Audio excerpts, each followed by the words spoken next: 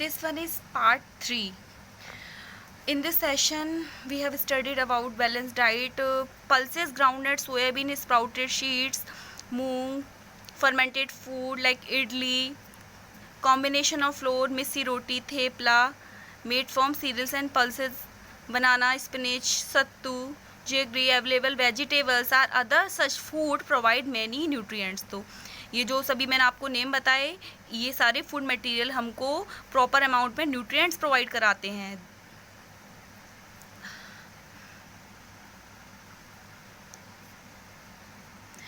If the vegetables and fruits are washed after cutting or peeling them, यदि हम vegetables और fruits को क्या करेंगे, वॉश्ड आफ्टर कटिंग और पिलिंग देम, पहले उसको कट कर लिया, पिल कर लिया, छील लिया उसको, उसके बाद में फिर उसको वॉश करेंगे, तब फिर क्या होगा, it may result in the loss of सब विटामिन्स.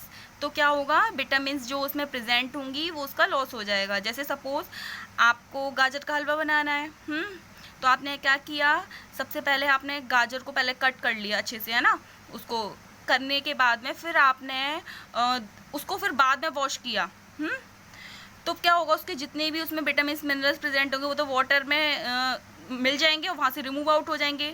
आपको तो नहीं मिले, आपके बॉडी को तो नहीं मिल पाए ना. तो पहले आपको क्या करना है, जब भी वेजिटेबल्स और फ्रूट्स को आपको कट करना है तो पहले उससे क्या करना है, उसको वॉश करना है अच्छे से. वॉश करने के बाद में ही उसको कट करना है, फिर ईट करना है.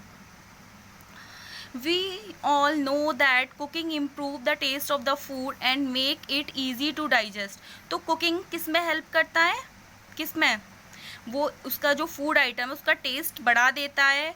तो और हमें डाइजेशन में भी वो कैसा लगता है, अच्छे से वो डाइजेस्ट भी हो जाता है आपकी बॉडी में जाने के बाद. तो कुकिंग इम्प्रूव करता है taste of food and make it easier to digest, और डाइजेस्ट करने में भी ईजीली रहता है कुकिंग करने के बाद. At the same time cooking also result in the loss of certain nutrients.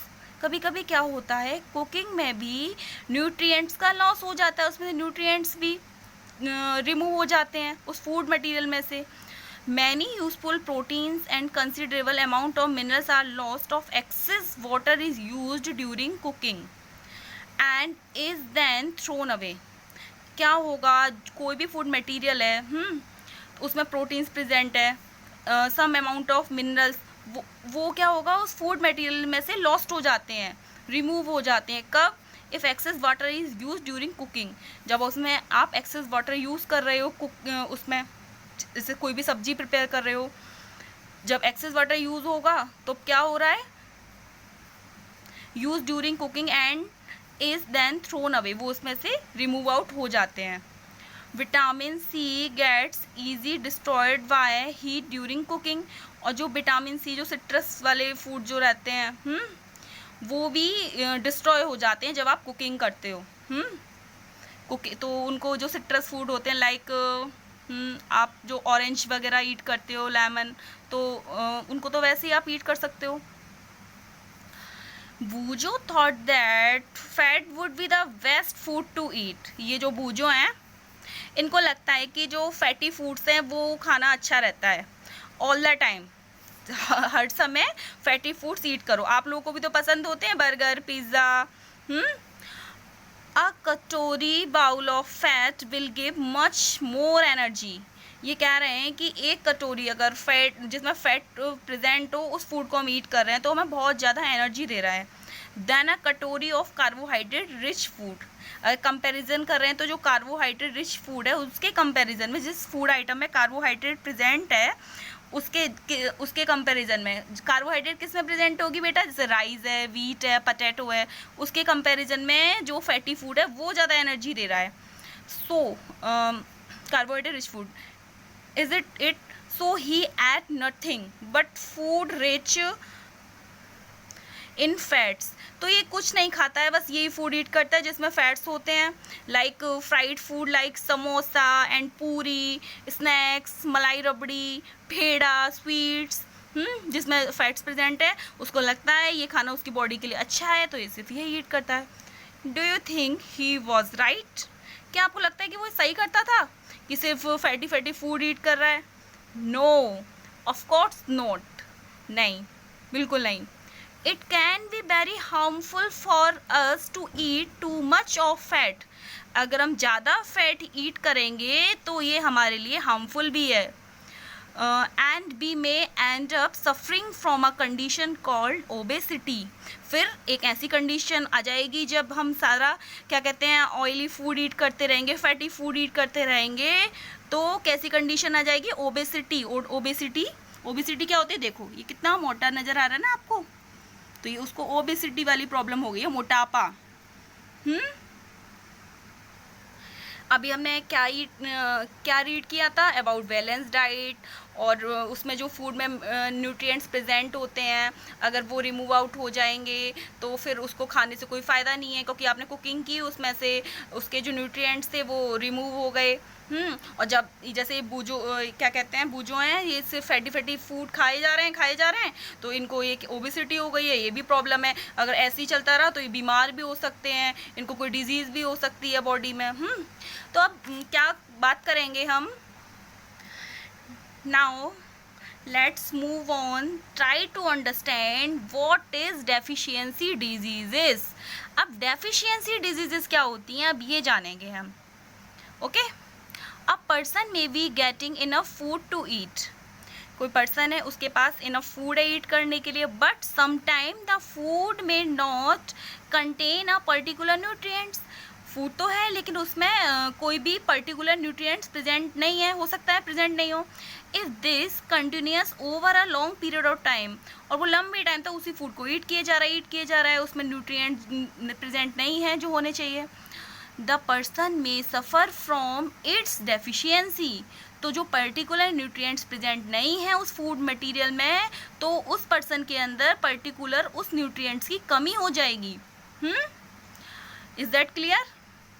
Deficiency of one or a more nutrients can causes diseases or disorder in our body.